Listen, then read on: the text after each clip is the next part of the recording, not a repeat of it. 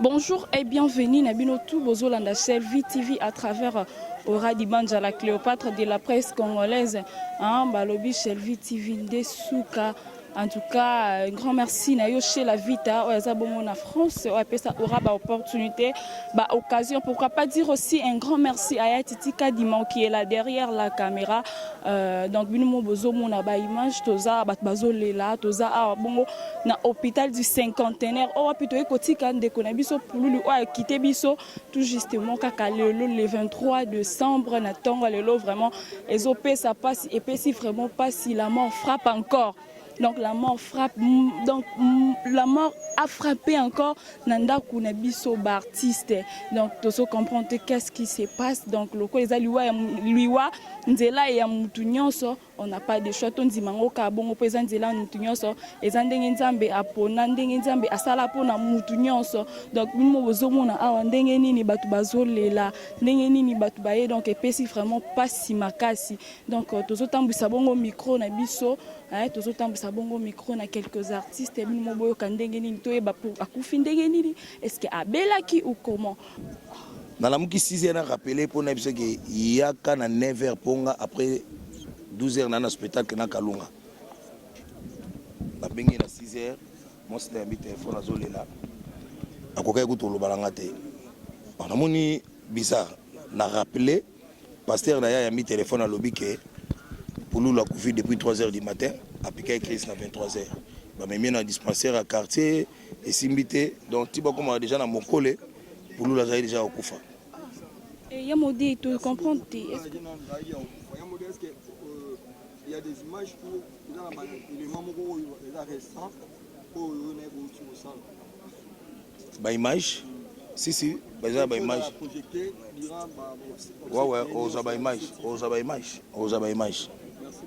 Est-ce que Yamodi Poulou le tindinga kufia banda qui kobela depuis ou soit comment? Maman, nous expliquons très bien que tu sois né lobby dans 21 il faut tourner l'élo. Il faut tourner l'élo na benga na 6h boye pour la koufi.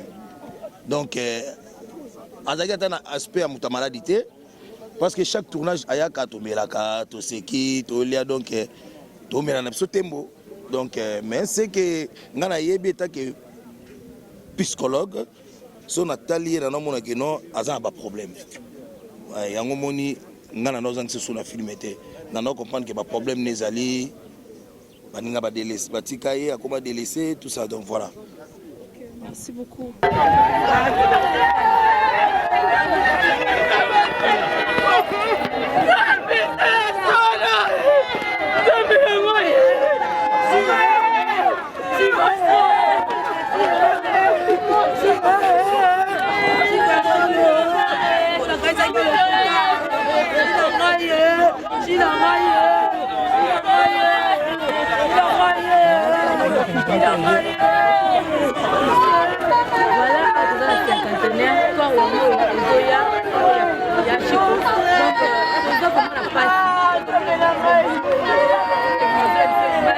Donc, les nazosala vraiment pasi ndesi nga naokoka kosala interview te mpona producteur tv kokomprendre nga naza vraiment tellement émotionné nazokoka na ngai te otala